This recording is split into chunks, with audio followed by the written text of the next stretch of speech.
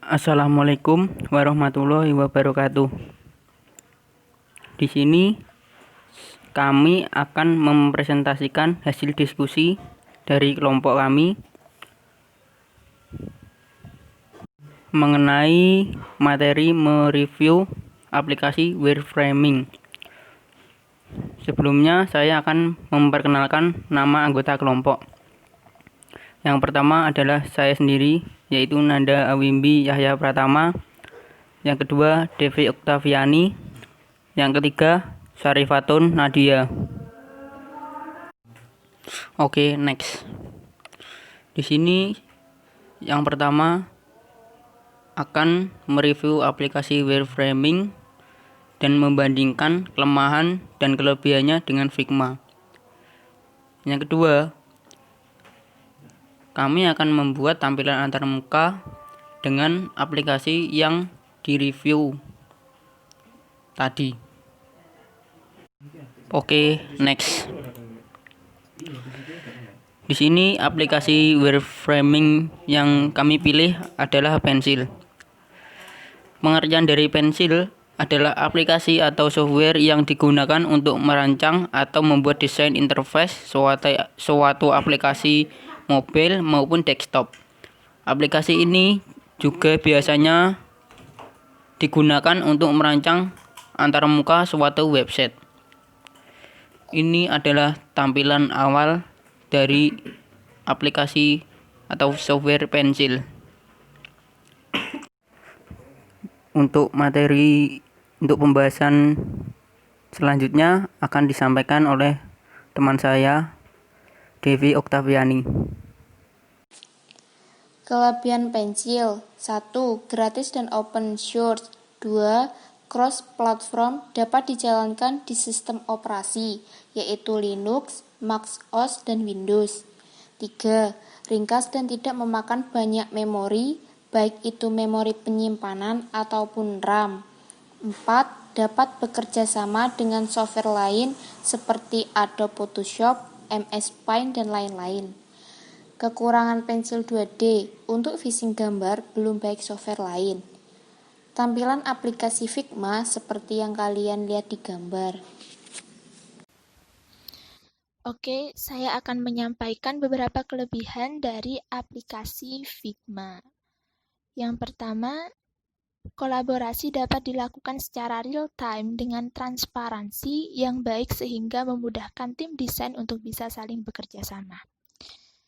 Jadi, tim desain bisa secara mudah bekerja sama dalam waktu yang sama, seperti itu.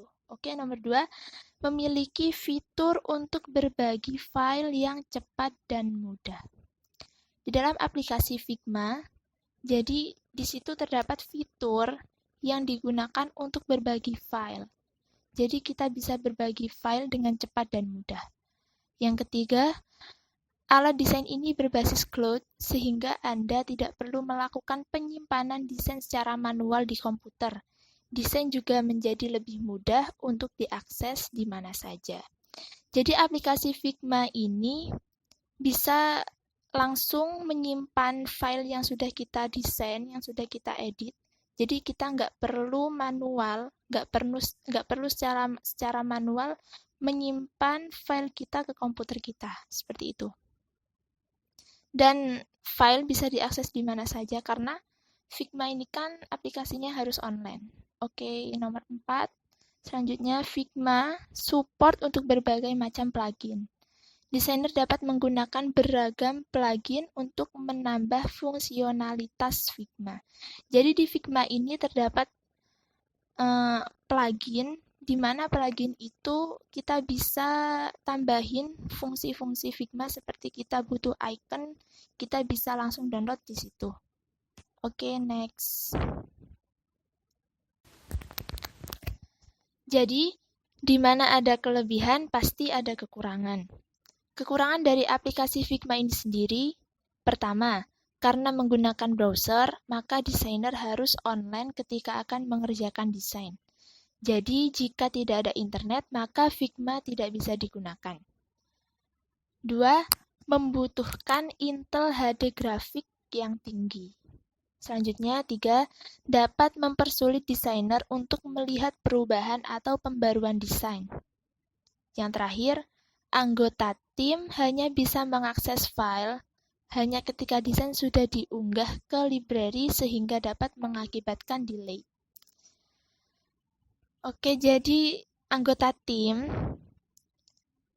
bisa berkolaborasi ketika desain sudah diunggah. Jadi seandainya desainnya belum diunggah di Figma, maka tim tidak bisa berkolaborasi langsung. Oke, next. Jadi di sini kita membuat tampilan antarmuka. Tampilan yang kita buat yaitu tampilan login.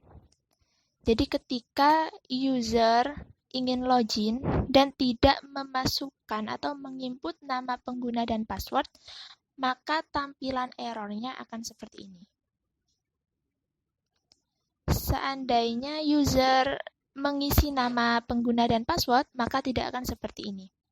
Seandainya user lupa password, maka user bisa langsung klik lupa password Anda, klik yang ini. Oke, lalu login. Terima kasih. Sekian presentasi dari kelompok kami. Apabila ada kekurangan dan kesalahan kata, kami mohon maaf. Wassalamualaikum warahmatullahi wabarakatuh.